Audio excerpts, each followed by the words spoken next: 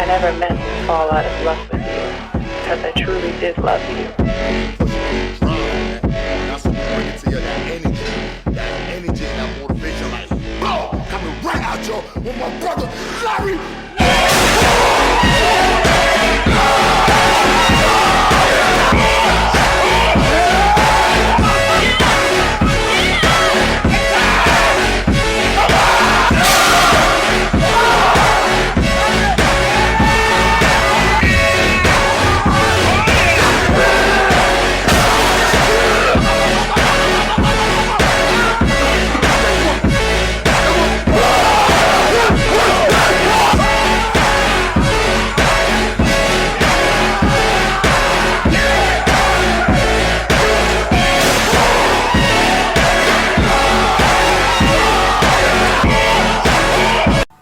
Juicy!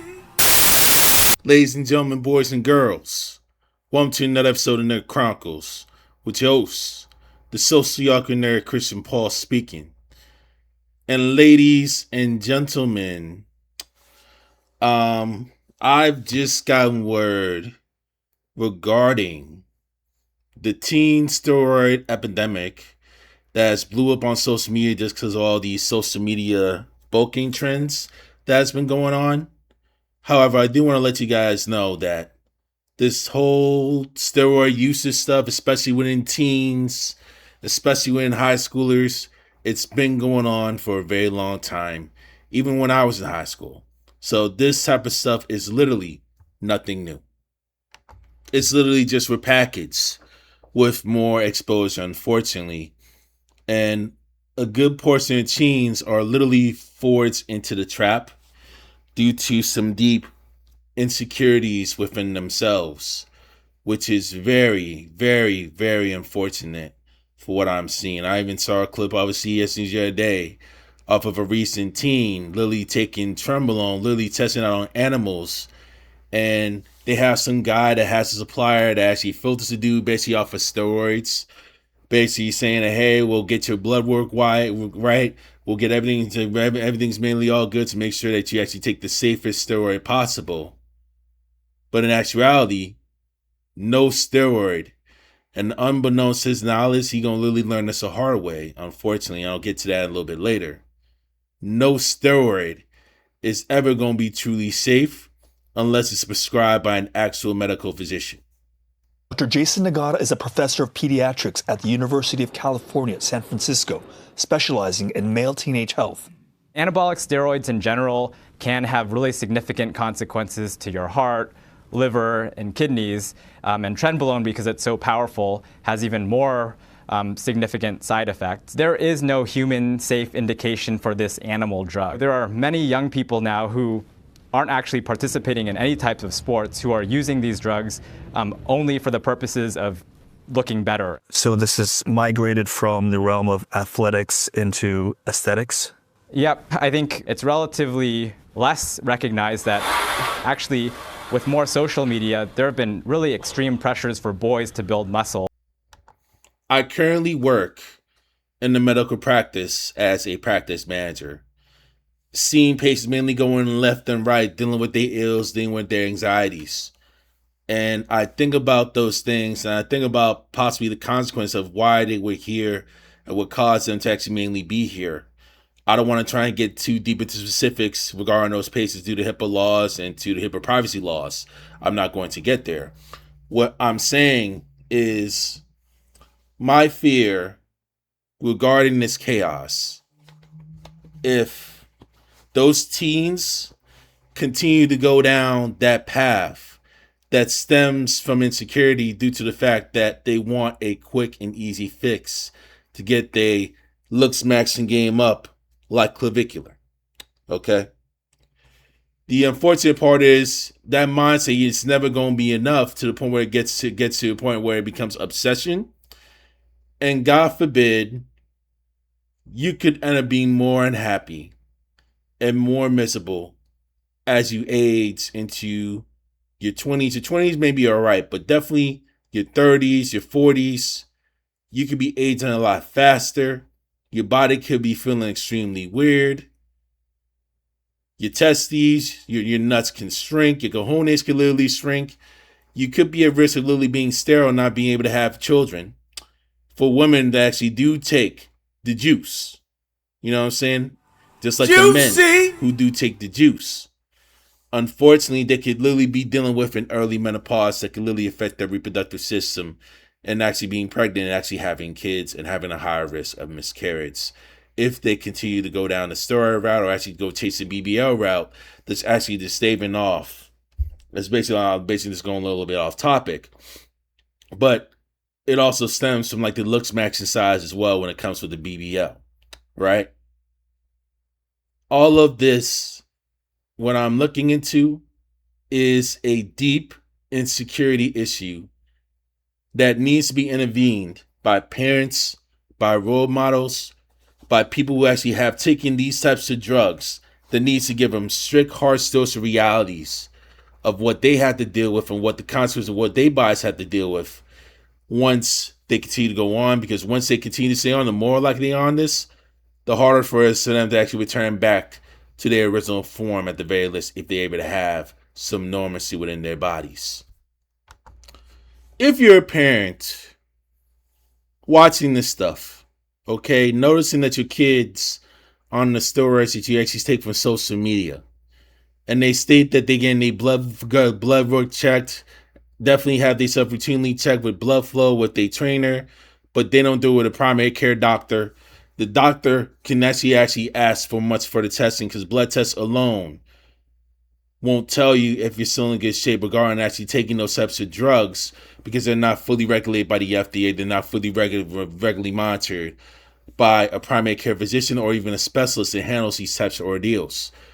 That doctor can literally get you set up handling a CT scan and MRI, ultrasounds to measure if the body is still in good shape after taking these types of drugs, after taking these types of steroids, after taking the type of juice that they mainly having to deal with. And for that teen that says, hey, I'm still going to get my trim regardless, this is what I'm going to decide. Okay. He's just like worried for me. I explained to him everything, told him like, hey, like I'm doing this regardless, basically. Even if you tell me not to do it, I'm still going to do it. So if I'm going to do it, I'm going to do it like in the safest way possible. I just want you to know that. I mean, like, I look healthy. I am healthy. I can show my blood work. The parent literally should have intervened and actually told him, if you want to try and do this stuff your way, you can get out the house. You know, you can fund your own funds. You can fund your own apartment to actually fund these drugs, because I'm not going to assist you in actually dealing with that steroid. And if they're not willing to go by about it, and if they choose to do that, you let them be. And if they're willing to change, if really actually try and make their move, definitely good. But if there's no parental intervention, okay, regarding this matter, if there's no parental intervention, and primarily from the parents or primarily from the guardians regarding the steroids and really just go back out and whoosh out, unfortunately, their passing is going to be on the fall of the parents, because they're going to be thinking to themselves like, oh, F, what the F did I just do? What could I have done to actually make this whole better to bring him back? Because you can't bring him back at that point. You know what I'm saying? You can't bring your son. You can't bring your daughter back at that point due to a lack of intervention on your end. And unfortunately, that is going to literally fall on you because of that. Okay? You have to have an understanding and understand psychology and why a lot of these teens are taking these drugs through the fast route, because they're deeply insecure on how they currently look. They're deeply insecure on how other peers up in the high school mainly respond to them based on who they are and based on what they mainly do. Okay? And I would like to actually say something to those young teens as well. Okay? The unfortunate part of it is, given the situation with the algorithms and how things are actually mainly going on, given the mess, it's still going to pile on. But that does not mean that you, the teenager, okay, you, the person that's literally watching right from me through that camera, okay, right there, you, that doesn't mean you can't make a choice. It doesn't mean you have to literally follow the crowd. You still have hope, okay? The farther along you go that path, taking the juice, the worse it's going to literally be towards your body when you literally hit your 30s, when you literally hit your mid-30s to late 40s. I'm currently 34 years old. I turned 35 in a month. Okay. And I still feel definitely stronger. I still have the same high level strength. And I'm a bit stronger than I was definitely when I was in high school. Basically, still learning how to deal with weight, still learning about weight training, pushing chest work, literally the whole 9 yards. And I'm actually getting a much better hold of it, definitely with weight training and exercise now than I had before. But growth and weight doesn't really come overnight. You also try and make sure you actually try and get yourself relieved and not really worry too much about your body. Okay, because it's always going to be making changes literally over time. But when you get to that point, when you continue to actually take that juice, you may not be able to have the same power. You may be able to have that same assistant strength. In fact, your internals is literally going to literally all be messed up because of all that over steroid usage that you're dealing with. You could be dealing with heart failure. You could deal with cancer. You could deal with all other forms of failure that involves your liver, fast aging. It is a huge mess. Okay. So what I'm asking you guys, okay, for your future self to actually mainly show up, for you to actually still have some cojones, for you to actually still have some hardwood, because that's another thing that I'm tell you about with steroids, because you having testosterone actually assisting you, your cojones mainly shrink. All your jewels will literally shrink. That's really down there where you're growing. And it feels like it doesn't have to really produce testosterone anymore. You may not be able to actually have milk literally produced right up in your wiener. Okay? You may not be able to actually have kids doing that. You're not going to really still be in tip-top shape versus the person actually doing that's what actually built it. Although the long way, but most of the offensive way actually really getting themselves stronger with discipline, mainly over time when it comes to weightlifting as well as exercising. Okay? So I do want to let you know that please, please, please, I beg you, stay off the juice. Your future self will thank you later.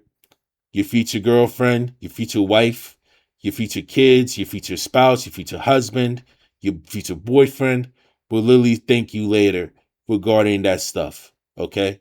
So you don't have to worry about actually showing a lifespan and actually being disciplined with your routine. Try to be very cautious of what you eat about calories. Try to be better with your choices dealing with food, getting regular checkups with the doctor. That'll literally save you like a lot of problems. And I'll give Pony another example here. Unc from the Diamond Gym, okay? Literally approaching his 50s, if he's not 50 already, doing high sets of workouts to the fact that he's been consistently training at the Giant Gym heavily. And he rarely even takes the steroids. Because if the firefighter's department actually catch him on a random drug test and they find that he's literally on that stuff, they clearly get him out of here. Okay? So this type of stuff can be done, but you need to start with the discipline. You need to start with the focus now to take care of your body, to prepare yourself mainly for the long run. Okay? Please lay off that stuff. Leave that stuff alone.